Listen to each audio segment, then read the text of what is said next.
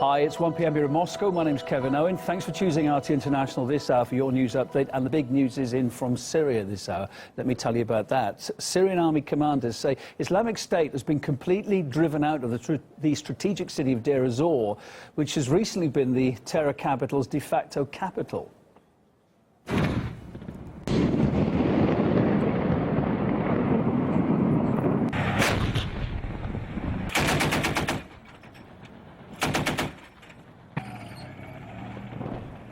Well, this is video just sent to us from RT's Ruppli video agency. Deir ez-Zor was considered one of ISIL's last bastions in Syria after they were wiped out from previously self-proclaimed capital in the city of Raqqa. The terror group's now lost most of its territory it claimed back in 2014. For its part, the Russian Defense Ministry saying recently that ISIL had control of no more than 5% of Syria. Russian air support's been backing Syria's anti-terror operations, of course.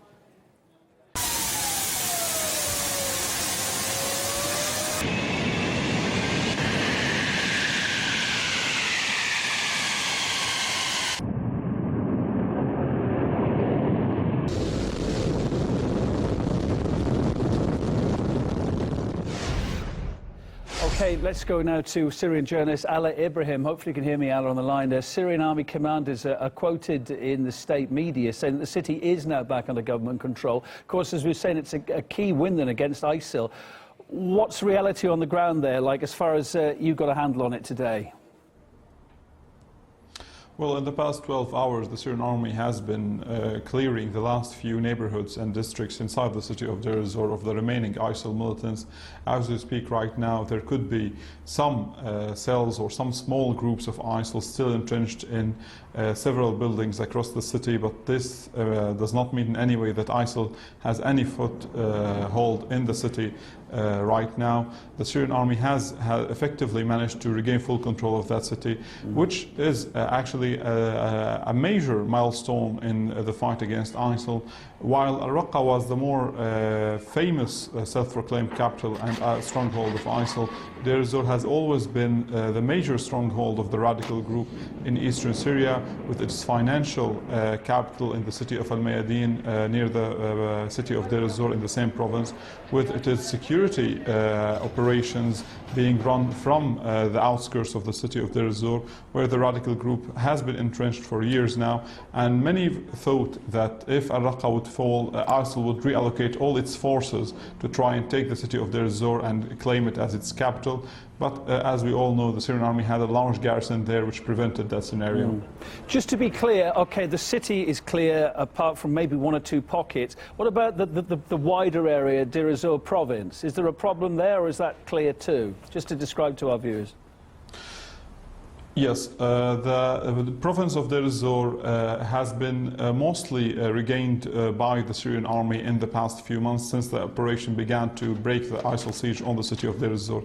The Syrian army advancing south and west, from the Euphrates River is now approaching the last stronghold of ISIL in the province of Deir ez-Zor, the small border town of Al-Bukamal, located on the Iraqi borders. But today we have been hearing news that the Iraqi forces have been able to regain the Iraqi side of that border crossing in Al-Qa'im. So the Syrian army retaking of Al-Bukamal town is only a matter of a few days unless something substantial happens.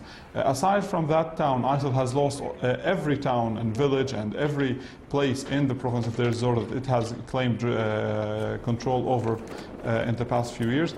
Also, we have to mention that parts of the province is under the control of the SDF, the Syrian Democratic Forces, the US-backed militia group that has been actually also engaging ISIL in the eastern banks of the Euphrates River. Ala, thanks for the update there. Appreciated, journalist in Syria for us. Thanks very much. Well, let's get more thoughts on it now from Martin J, Beirut-based journalist looking on at this news. As we were saying, Martin, I hope you can hear me. You're live on RT International. A significant bit of news this out today, isn't it? I mean, what would you describe it as? Yeah, that's the right word. Definitely significant. I mean, it's a real milestone now in the timeline of the Syrian forces, when really things changed dramatically in September 2015, when Russia supported Mr. Assad and his and his forces. So I think they can certainly mark this down as a victory. The town itself is certainly an epicenter, a main hub of ISIS, so a real victory, and the last one that they can hope to achieve against ISIS, as most of the other areas of ISIS now are tiny little enclaves scattered across a wide area. Nonetheless, so, are there tough battles ahead? But well, I think the battles ahead won't be with ISIL. I mean, I think what will happen with many of these individuals will be there'll be a certain amount of running and hiding. Many of them will reintegrate into the villages and bury their machine guns and see what happens in a few months' time. The other battles ahead, I think, are more geopolitical. You know, you've got a few battles which may well be on our news screens in the next few weeks or few months. Turkey and Idlib. The Turks now have more or less secured Idlib to their satisfaction and are now talking about moving into certain areas of Aleppo, areas they lost previously, and they believed that they were somehow shortchanged in an agreement they had with Russia, if you remember going back that far.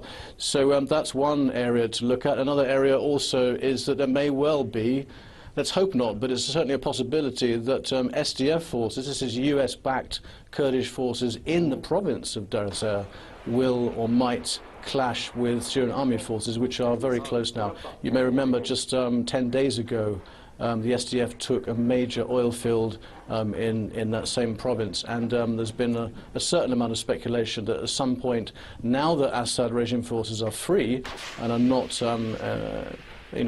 spending all their time and resources on the city of Deir ez-Zor, that they may well turn to these rebels, or whatever you want to call them, just down the road. How long is it going to take for Syrians to rebuild their life here now, do you think?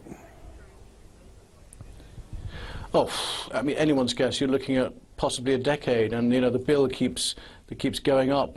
Some people have estimated more modest figures of $300 billion. I think that was the former Deputy Prime Minister in 2007, Abdullah Dari, who I once interviewed, told me here in Beirut just last year a conservative figure of $300 billion to rebuild Syria. Others are saying much more. I think before we get to that stage, we have to really decide whether Syria is going to stay a de facto broken state as it is now, with a strip of the north being signed off, if you like, by Mr. Assad and accepted as a price to pay for peace in Syria. Well, we'll track the twists and turns as they continue. Thanks for your input today. Martin J., Beirut-based journalist. Good to see you on the programme.